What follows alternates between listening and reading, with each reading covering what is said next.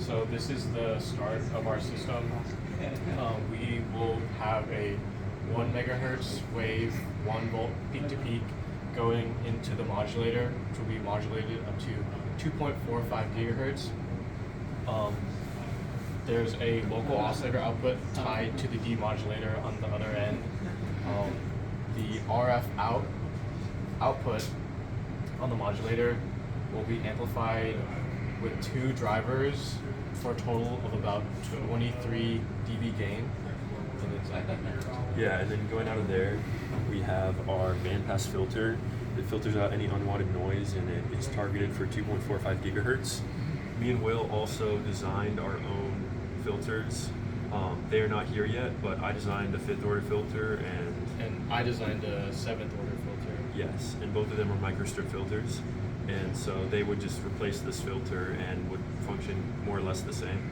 And then coming out of that, we have our horn antenna, and this antenna gives us a 15 dB gain. So overall, what was the gain from those? 23.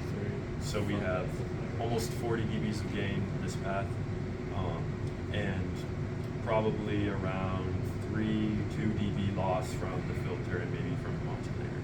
But overall, a lot of gain. And that brings us over to our receiving side. The receiving antenna that we designed is a 6-element Yagi-Uda antenna with a balun. There's a slight taper. The 4 directors, though, are of the same length.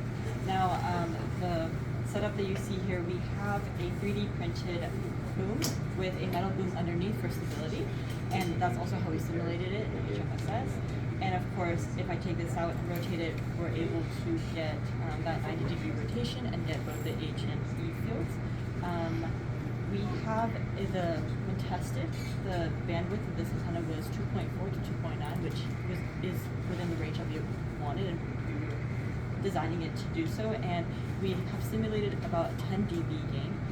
We will be testing that experimentally. That goes into our off-the-shelf bandpass filter, and then into the demodulator. Into an amplifier, and then into a demodulator. Yeah, so we have another filter on this end, again, to filter out any noise, and then another amplifier to bring it up, because again, there is an insertion loss here, and there is insertion loss through the transmission.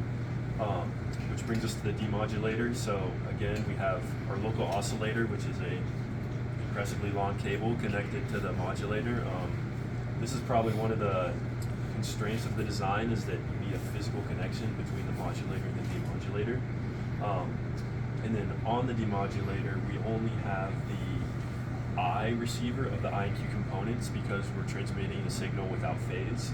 So that just makes it simpler on this end to measure it and be able to observe the received signal. And we're receiving that into the oscilloscope. Right now we're receiving that into the oscilloscope, but in a moment we'll connect the microcontroller. So here we have a second motor that will rotate the antenna 360, and that's connected here. And then we have the microcontroller that outputs our data into our.